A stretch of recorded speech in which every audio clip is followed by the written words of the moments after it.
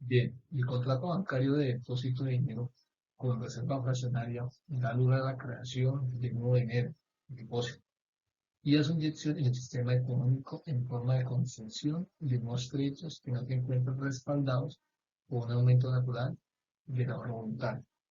En este capítulo estudiaremos los efectos que sobre el sistema económico tiene la concesión por parte de la banca de nuevos créditos.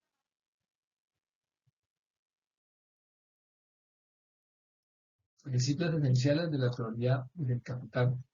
La acción humana como conjunto de etapas subjetivas. En principio, puede definirse la acción humana como todo comportamiento o conducta deliberada.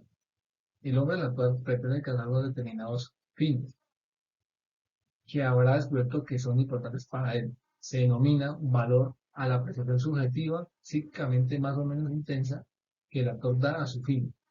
Medio es todo aquello que el actor subjetivamente considera que es adecuado para lograr un fin. Llamamos utilidad a la apreciación subjetiva que el actor da al medio en función del valor del fin que él piensa que aquel medio le permite alcanzar.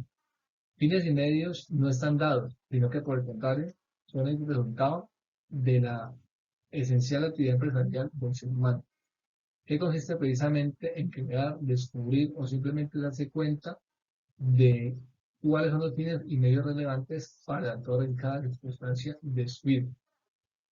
El plan es, por tanto, la representación mental de tipo prospectivo que el actor se hace sobre las distintas etapas, elementos y posibles circunstancias que pueden estar relacionados con su acción.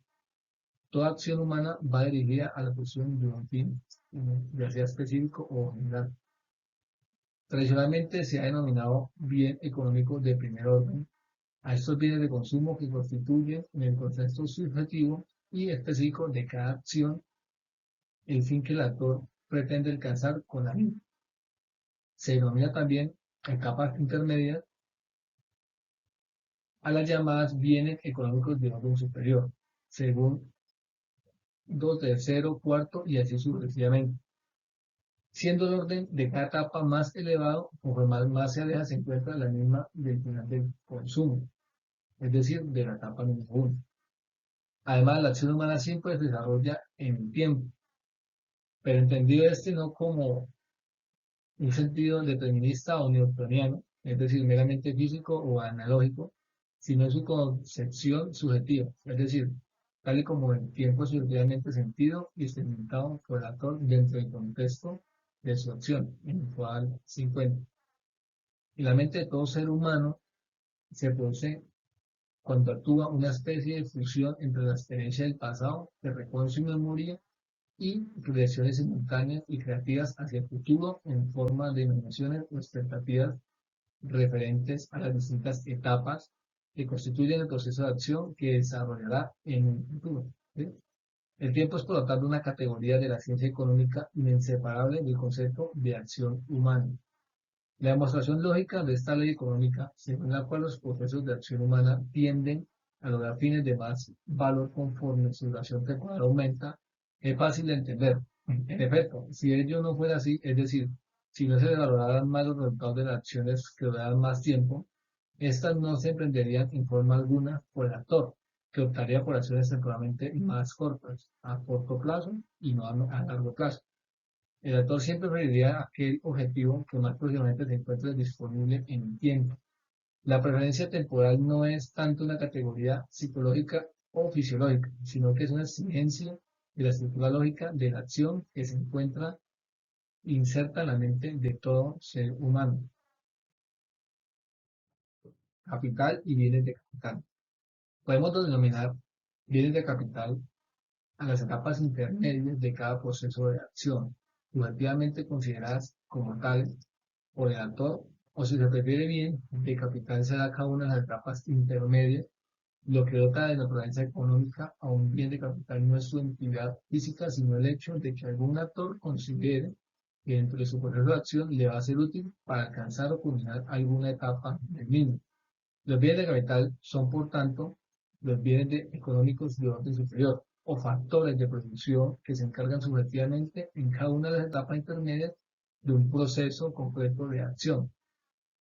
Entonces, en este ejemplo podemos ver eh, la capa número 5, como ejemplo de bienes económicos de orden superior, el proceso de extracción de algún tipo de mineral. La condición para producir bienes de capital es el ahorro, entendido este como la renuncia al consumo inmediato. Todo proceso de inversión en bienes de capital exige con carácter previo el ahorro, es decir, la reducción del consumo por debajo de su nivel potencial para llevarlo a cabo. Los procesos de acción o producción se plasman pues en bienes de capital que no son sino los bienes económicos intermedios en un proceso de acción cuyo fin aún no se ha alcanzado y conforme más largo y duradero se hacen, tienden a ser mucho más productivos. Vamos a llamar capitalista a aquel agente económico cuya función consiste precisamente en ahorrar, es decir, en consumir menos de lo que crea o produce.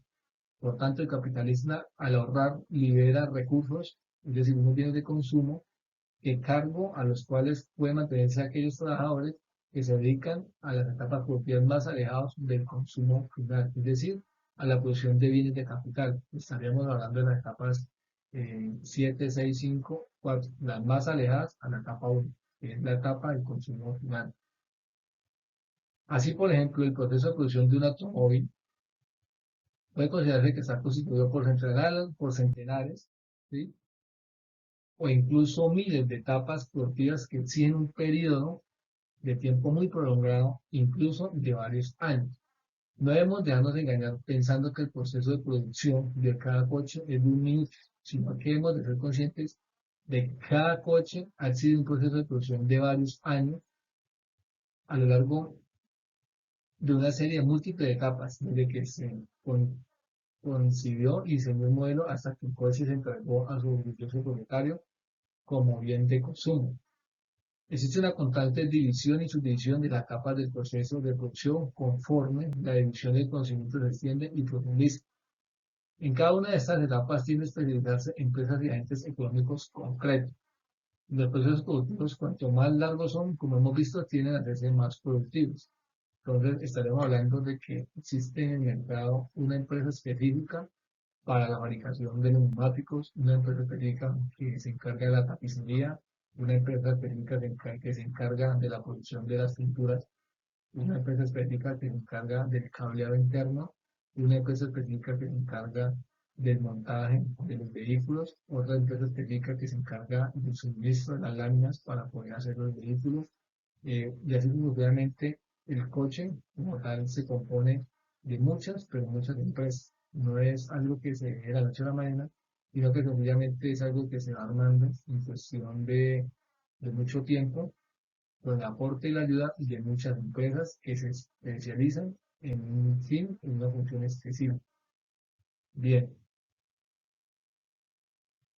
las naciones ricas poseen un mayor entramado de bienes de capital empresarialmente bien invertidos en forma de máquinas y herramientas, ordenadores, edificios, productos asimilados, etcétera, que han hecho posible gracias al ahorro previo de sus ciudadanos.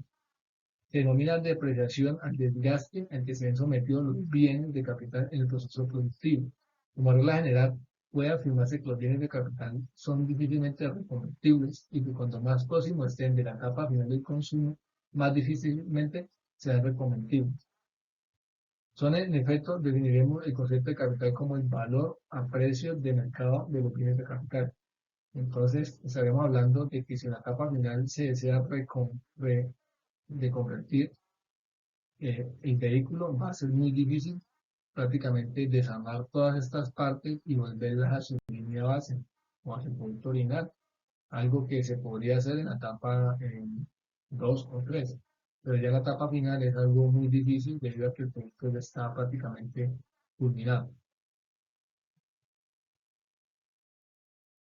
La tasa o tipo de interés. Como ya hemos visto, el ser humano en su escala valorativa valora siempre más a iguales de circunstancias los bienes presentes que los bienes del futuro. En un mercado en el que existen muchos agentes económicos, cada uno de ellos dotado de una distinta y variable presencia temporal, surjan múltiples oportunidades para efectuar intercambios mutuamente beneficiosos. Así, por ejemplo, si se habla de que el tipo de interés es del 9%, Se quiere indicar que las transacciones en el mercado se efectúan de tal manera que es posible obtener hoy 100 unidades monetarias bien inmediato, bien presente, a cambio de convertirse en entregar 109 unidades monetarias dentro de un año, que ya sería un bien futuro. El mercado de bienes presentes y bienes futuros es el que determina el precio que hemos denominado tipo de interés, que está constituido por toda la estructura productiva de la sociedad, en la que los ahorradores o capitalistas renuncian al consumo inmediato y ofrecen bienes presentes a los propietarios de los factores ordinarios de producción. Es importante resaltar que el denominado mercado de créditos, en el que se pueden obtener préstamos pagando el correspondiente tipo de interés, es tan solo una parte relativamente no muy importante del mercado general en el que se intercambian bienes presentes por bienes futuros y que, como hemos dicho, está constituido por toda la estructura productiva de la sociedad en la que los propietarios de los factores ordinarios de producción y de los bienes de capital actúan como demandantes de bienes presentes y los ahorradores como ofertantes de los mismos. Como en todo mercado, hay una tendencia a que los beneficios y pérdidas empresariales desaparezcan resultado de la propia incompetencia entre los empresarios. Existe, por tanto, una tendencia a que los beneficios contables de cada actividad productiva por medio de tiempo tiendan a igualarse con el tipo de interés bruto de mercado. En todo caso, y con independencia de cómo se manifiesten, lo más importante es tener en cuenta que el interés como precio de mercado o tasa social de preferencia temporal juega un papel clave en la hora de coordinar el comportamiento de consumidores, ahorradores y productores en una sociedad moderna. Cuanto mayor sea el ahorro, es decir, cuanto más bienes presentes se vendan u prestan a igual de circunstancias, más bajo será el precio en términos de bienes futuros y por lo tanto más reducido será el tipo de interés del mercado. Por el contrario, cuanto menor sea el ahorro, es decir, a igualdad de circunstancias, cuando menos estén los agentes económicos dispuestos a renunciar al consumo inmediato de bienes presentes, más alto será el tipo de interés de mercado. En suma, el tipo de interés indica a los empresarios qué nuevas etapas productivas o proyectos de inversión pueden y deben emprender y cuáles no pueden emprender. Bien, lo que vemos aquí es la estructura productiva. Se relaciona a manera gráfica la estructura de etapas productivas que constituye una economía moderna, aunque es una estructura muy compleja. Por medio de este gráfico se logra entender mucho más la estructura. Obviamente en el mercado la estructura es demasiado compleja, es muy amplia, muy grande, pero a manera de explicación y para que lo entendamos, es una representación gráfica que nos hará entender un poco más estos conceptos. Las etapas de la estructura productiva que vemos en la imagen no representan la producción de bienes de capital y bienes de consumo en términos físicos, sino un valor en unidades monetarias. Entonces se plantea que la estructura está compuesta por 5 etapas: etapa 1, etapa 2, 3, 4 y 5, cuyo número de orden aumenta cada vez más que se aleja de la etapa final de consumo. Es decir, estamos hablando de la etapa número 1, que es la etapa en la que desea llegar el autor. Las demás etapas se consideran etapas intermedias por las cuales se deben de pasar antes de llegar al producto final. Se plantean dos puntos de vista para el esquema, el cual pueden ser o se pueden interpretar de manera diacrónico a través de los años.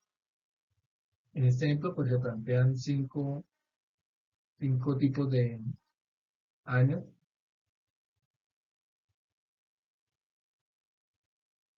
Seguidamente, la vista sincrónica nos muestra 5 etapas en donde se relacionan los bienes de capital o productos intermedios de manera sucesiva hasta llegar a la etapa donde se indica el producto final. Acá. A manera de comprensión se tomará como ejemplo el proceso de extracción de base granular. Entonces, hablando de la etapa número 5, ubican las empresas que se dedican a la extracción minera de la roca madre, toda la parte minera.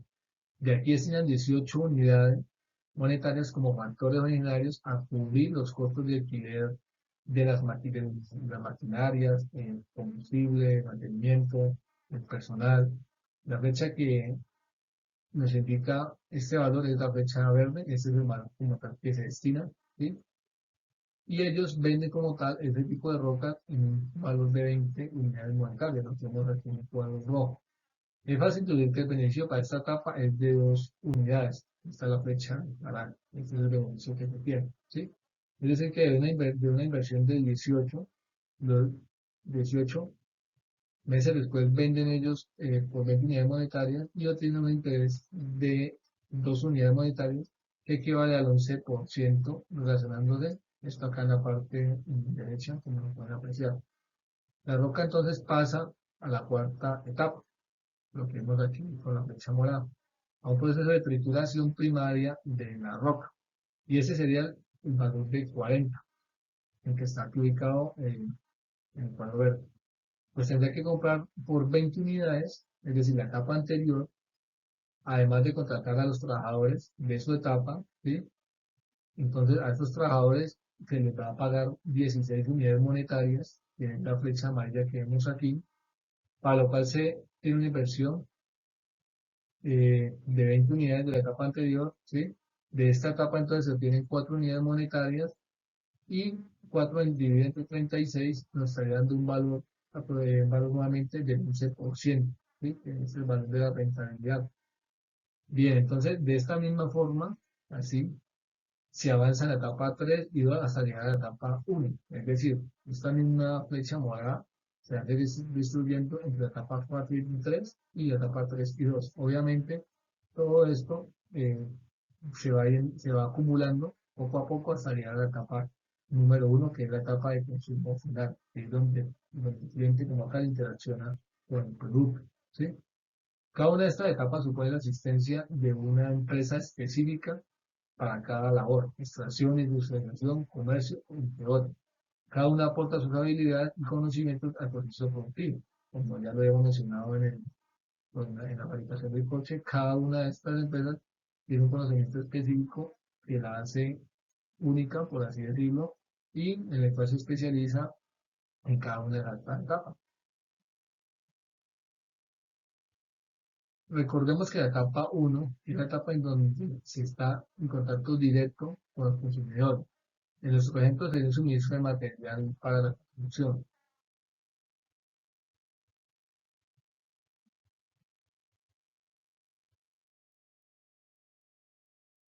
El esquema se puede interpretar si bien año por año, es decir, de forma diacrónico o por etapas, que puede suceder en un año a manera sincrónica.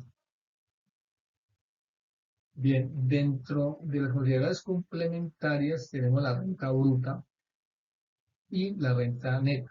Aquí podemos apreciar que la suma de los valores de venta, es decir, si sumamos 20, 40, 60 y 100, estos valores de aquí, nos dará como resultado 200, que es superior a 100 unidades monetarias, que es el valor del consumo final, de este consumo final.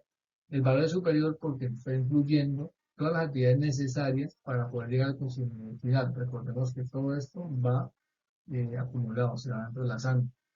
Ahora bien, si se saca la renta neta de los factores originarios, es decir, estaremos hablando del cuadro rojo, 18 más 16 más 14 más 12 más 10, nos da una unidad monetaria de 70, que es lo que reciben los trabajadores en las etapas. Pero los capitalistas van obteniendo un beneficio contable o interés de cada etapa en la que se está desarrollando, que es lo que tenemos aquí en el cuadro amarillo. 2 más 4 más 6 más 8 más 10 nos da nos da igual a 30 unidades monetarias, entonces la renta neta total sería de 100. El cuadro que tenemos aquí, 100 unidades monetarias de renta neta, que sería igual al valor del consumo final de 100 unidades monetarias que tenemos acá en el cuadro azul. La renta monetaria bruta del periodo resulta de sumar todas las transacciones en términos de unidades monetarias, que de abajo para arriba se producen durante el mismo. Es decir, tenemos entonces 100, 80, 60, 40 y 20 de la venta de los consumos y 18, 16, 14, 12 y 10 de los factores ordinarios nos da un valor de 370 unidades monetarias. Y la renta neta es la que percibe los factores originarios más el beneficio que se obtienen los capitalistas y puede dedicarse al consumo sin alterar la estructura productiva existente se tienen 70 de renta neta, ¿sí? Más 30 de consumo, más 30 de consumo, igual a 100 unidades. Es decir, que el ahorro neto es de 0. Tenemos entonces una renta bruta de 370 unidades monetarias, una renta neta de 100 unidades monetarias y un ahorro bruto de 270 unidades monetarias. La cantidad de dinero que se gasta en bienes de producción durante cualquier periodo de tiempo, para nuestro caso es de 270 unidades monetarias, es por mucho muy superior a la cantidad de dinero que se gasta durante ese mismo periodo de bienes y servicios de consumo, en nuestro caso, de 100 unidades monetarias.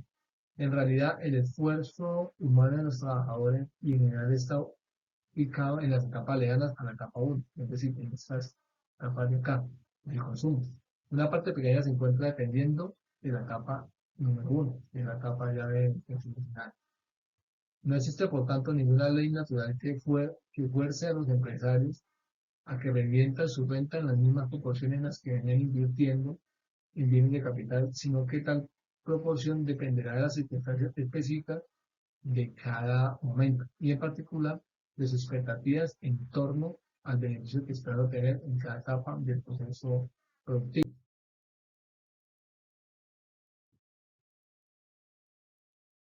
Número 2. Efecto sobre la estructura productiva del incremento del crédito financiado con cargo a un aumento previo al ahorro brutal.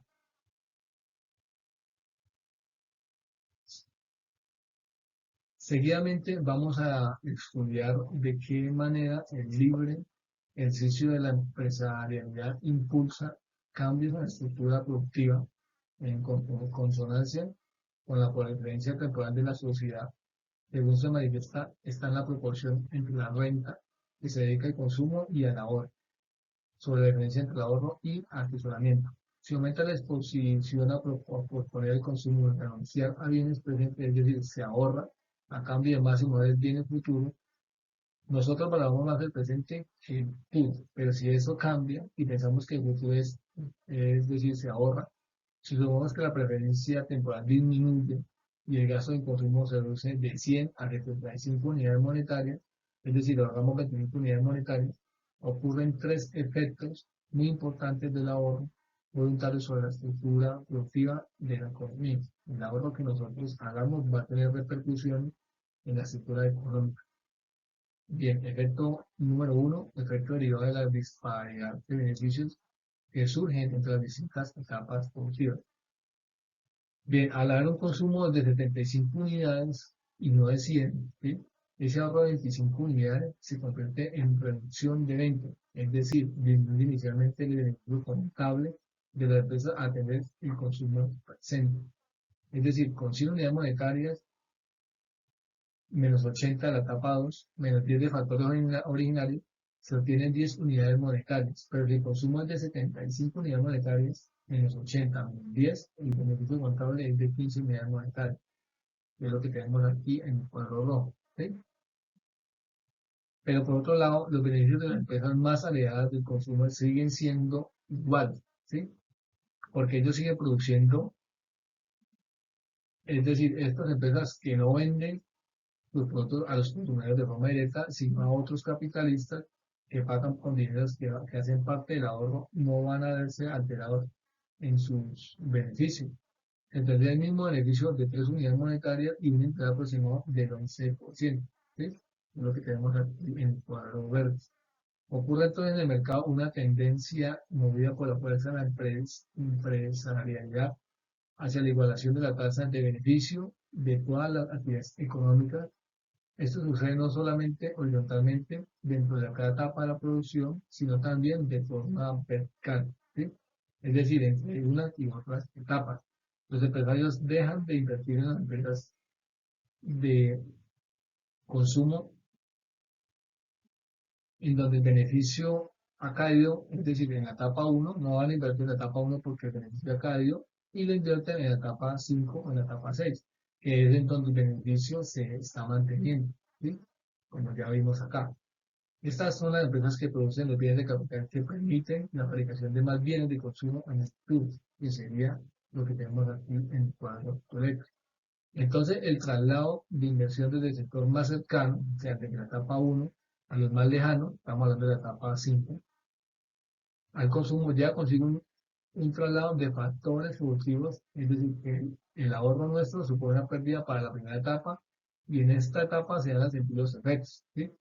Pues van a tener los mismos gastos, pero no los mismos ingresos. Y de aquí va a tener que lidiar mano de obra, es decir, van a existir despidos de personas para poder recortar presupuestos. Pero estos empleados no propiamente las mismas personas, ¿sí?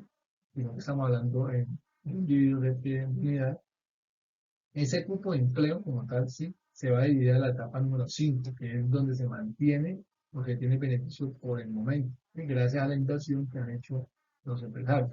Pues aquí es donde los empresarios están redirigiendo todas sus inversiones, ¿sí? Tras el aumento de demanda de factores productivos en las etapas más alejadas del consumo y financiar con el crecimiento del ahorro, no resulta una subida de precios de dichos factores, excepto de los más específicos porque previamente ha habido una disminución de la demanda sobre ellos en las etapas más próximas al consumo. Existe una restauración paulatina, los empresarios impulsan a modificar la estructura productiva en consonancia con los deseos de consumo presentes y futuro de la sociedad.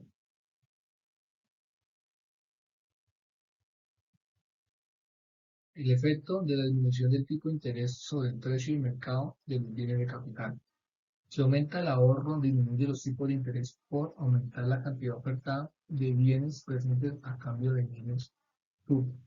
El valor de mercado de un bien de capital tiene que igualarse con el valor descontado por el tipo de interés de la corriente futura de su renta esperada, valor descontado que aumenta conforme el tipo de interés es más bajo. Si van los tipos de interés por el ahorro, el valor de los bienes de capital se va a multiplicar. Esto lo que nos indica la fórmula. Por ejemplo, la disminución del tipo de interés motivada por un aumento del ahorro del 11% al 5% da lugar a que el valor actual de un bien de capital de muy larga duración, más que se duplique, pues el valor actual de la renta unitaria perpetua del 11% de interés es dividido entre 0,11, que es igual a 9,09, y el valor actual de una renta perpetua del 5% de interés es igual a 1 dividido entre 0,5, que es igual a 20. Y si bien capital durante 20 años es una disminución en el tipo de interés del 11 al 5%, da lugar a un aumento en el valor de mercado o a capitalizado del bien de un 56%. Entonces, el aumento del ahorro hace que los tipos de interés bajen y por tanto el valor de mercado de los bienes de capital más alejados del consumo se multiplica. Tienen a aumentar el precio de mercado de los bienes de capital tanto más cuanto más alejados están del consumo y esto genera nuevas oportunidades de beneficio que incentivan a los empresarios a redirigir sus inversiones hacia la producción de bienes de orden superior, ¿sí? En las etapas 5 y 4. Un incremento del ahorro voluntario que induce una disminución en el tipo de interés hará subir en mayor medida el precio de las acciones de las empresas de las etapas de bienes de capital más alejadas del consumo y en general de todos los ciclos representativos de bienes de capital. El denominado efecto recargo. Debido al aumento de los salarios reales, cuando se produce un aumento